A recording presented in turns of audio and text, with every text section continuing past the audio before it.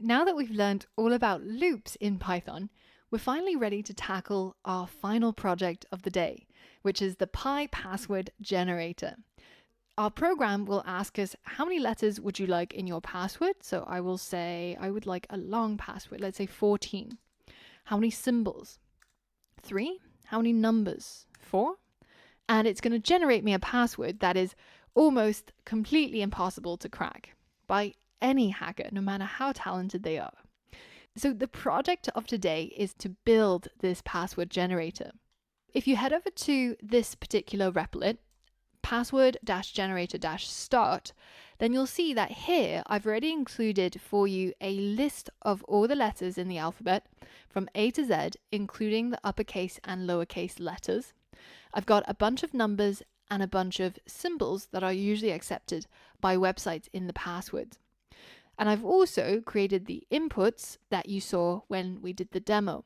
So it's going to ask us how many letters, how many symbols, how many numbers, and then you're going to turn all of that knowledge, as well as using these lists and what you've learned about loops, into the same password generator that you saw in the final demo. So have a play around with the final demo yourself, and then have a think about how you might be able to achieve this goal of creating a random password for the user based on the number of letters, symbols, and numbers that they want. Now, there's 2 levels to this project. You can either go for the easy version, where all you have to do is generate your password in sequence. So for example, if the user wanted 4 letters, 2 symbols, and 2 numbers, then it might just look like this: 4 letters, and then 2 symbols, and then 2 numbers. So they're in sequence, right? First you've got the letters, then you've got the number of required symbols, and then you've got the required numbers. So this is the easy level. And then there is the hard level. And the hard level requires you to generate the password in a completely random order. So instead of having it being letter, symbol, number, it should be maybe letter, and then a symbol, and then a number, then a letter, then a symbol, and then a number. But notice how this is completely random.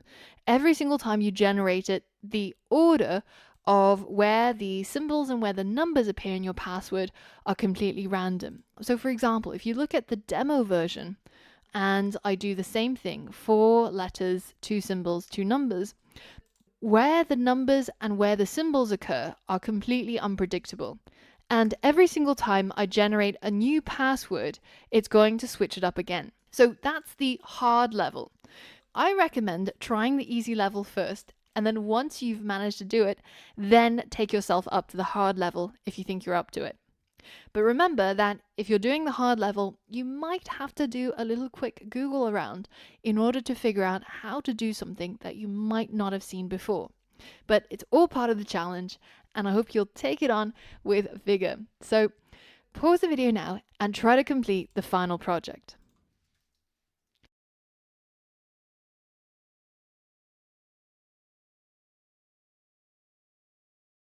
All right, so let's first tackle the easy level, where we're just generating a password with the required number of letters, and then the required number of symbols, and then the required number of numbers. So let's go ahead and tackle this one first. Now, we know that we've got these lists which we can draw from, and we know that we can use the random module to get hold of a random item from the list. So all we have to do is first get 4 random letters. So let's say that we had a password which just started out as an empty string. Then we can use a for loop to loop through all of the characters that we need to create for our password. For example, I might say for car, short for character, in the range of from 1 to the number of letters that the user wanted. So in this case, if the user wanted 4 letters, then it will be a range from 1 to 4, but not including 4. So it's actually from 1 to 3, which is only 3 characters. In order to modify this, we have to do what we did always before, which is just to add 1 to the end of our range. So now we're going to create a range based on the number of letters that the user wanted. And I'm just going to go along with the assumption that the number of letters equals 4. Let's just pretend that's what the user will enter. So then this range becomes 1 to 4 plus 1, which is 5. So the range is in fact going to be 1 to 4. For every single number in that range, from 1 to 2 to 3 to 4, I'm going to generate them a random letter, and I'm going to pick it out of this list of letters.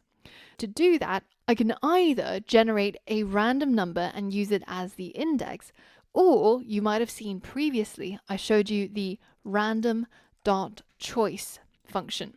And inside this random.choice, we can pass a sequence, which in our case is the letters list. Then it will look through this list of letters and it will give us a random item from that list. So now that random letter is going to be something that we're going to need to add to our password, right? So we can set this equal to a random character. And now let's go ahead and just print it out.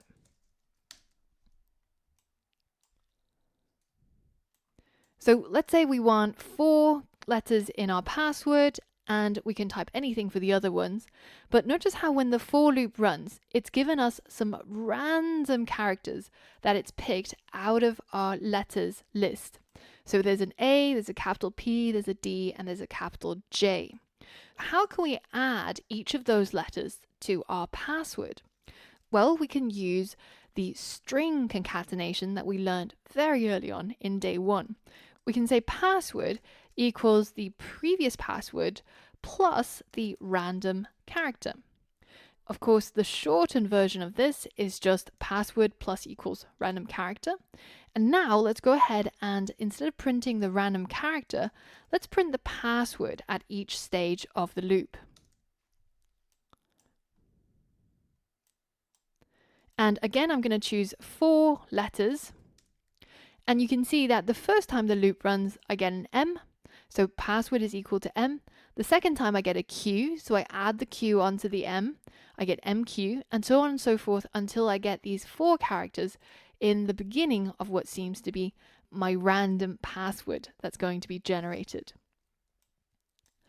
Now, if you wanted to, you can actually simplify this down to just one step. Because instead of having this intermediary, which is the random character variable, we could simply just replace it with the code, like this. So in this case, we're getting a random choice from our letters list. So we get a random letter, and then we add that to our password. Now that we've done that for the letter, then it's pretty easy to see how we can continue doing this for the symbol and the numbers. We just have to keep adding it to the end of our password. So let me quickly write out the code for this.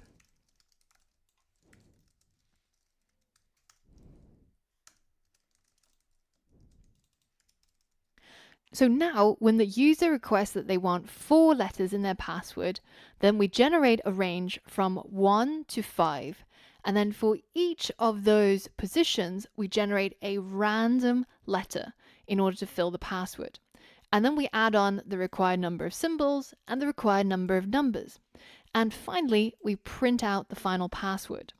Let's go ahead and run this code. And again, I'm going to choose 4 letters, 2 numbers, and 2 symbols. And I end up with my final password, which fits exactly that criteria, and it looks pretty random. But the only problem is that if a hacker knew that you always have 2 symbols at this position and 2 numbers at this position, then it's very easy to crack that password, because in order to get the last digit, for example, they only have to try 9 different variations, 1, 2, 3, 4, 5, 6, 7, 8, 9. And this just limits the strength of your password. In order to tackle that, you would have to tackle it at the hard level, which is how do you get a password that has all of these letters and numbers in a completely random order? To do that, we mentioned that you have to do a bit of Googling because it might require something that you haven't done before. But in essence, you've got access to everything you need to perform the logic. So if you haven't given that a go, then this might be a good time to pause and have a think about how you might structure the logic, or how you might create a flowchart to express this logic that you would want. And once you've done that, and if you want to see the solution and walk through it with me, then come back here and I'll show you how to do it. But first, give it a go. All right, in order to tackle the hard level, what we essentially need to do is, instead of adding each of these letters into a string, we actually want to add it into a list.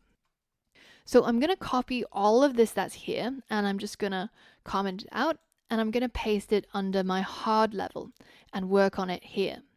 So instead of using a password string, I'm going to create a list, and to better describe it, I'll change my variable name to password list. So now, instead of using password to add each of these letters and numbers and symbols, I'm going to be adding it to my list.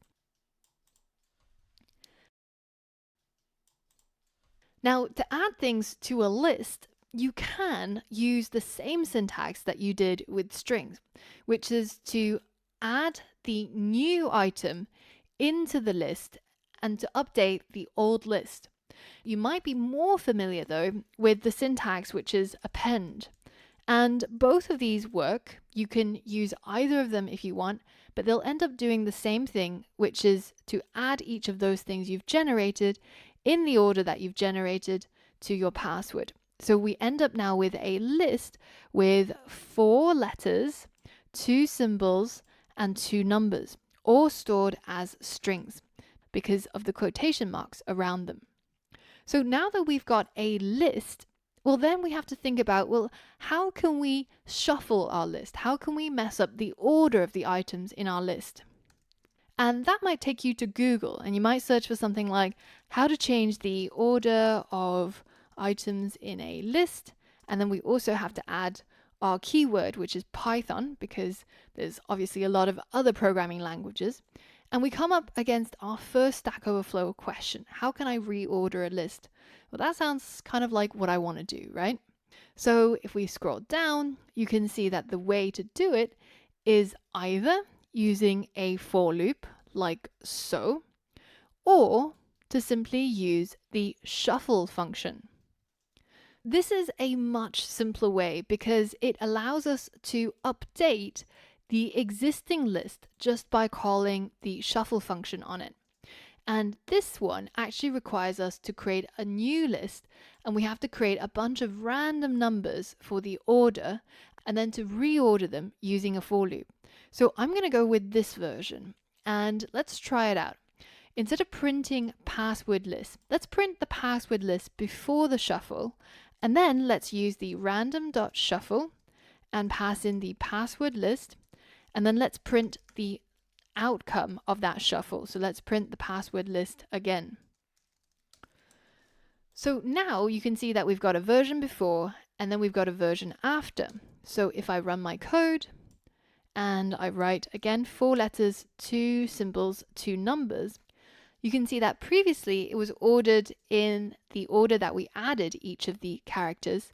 After the shuffle, they're now pretty much random. There's letters in random places, there's symbols in random places. So if only we could turn this back into a string, then we've got our password that's nicely shuffled. So how can we turn it back into a string? Well, we could simply use a for loop, right? We could say for each character in the password list, we're going to add it to a variable called password, which is going to start off again as an empty string, and then we're going to add to it. So we're going to say password plus equals each character in our password list. And now if I go ahead and just print my final password, I'm going to add a F string as well. Let's say your password is, and then let's insert the password. And now if I run my code and let's say I want 12 letters, 3 symbols and 4 numbers, then it's going to generate me an entire password that's completely randomized in terms of the orders of the symbols and the numbers. And I've now solved the hard part of this challenge project. Did that make sense to you? Did you manage to get it to do what you wanted to do? If you're at all confused about the code that we've covered here, then be sure to check out the final project that I've got here, which is the app generator end, and take a look at how the easy level is implemented, how the hard level is implemented, and try switching it around so that you really get to understand it. Try, instead of maybe getting the user to tell you how many letters, how many symbols, how many numbers, instead just define those yourself or use a random number of letters, numbers, and symbols. Play around with the code until it starts doing what you want it to do and it starts making sense.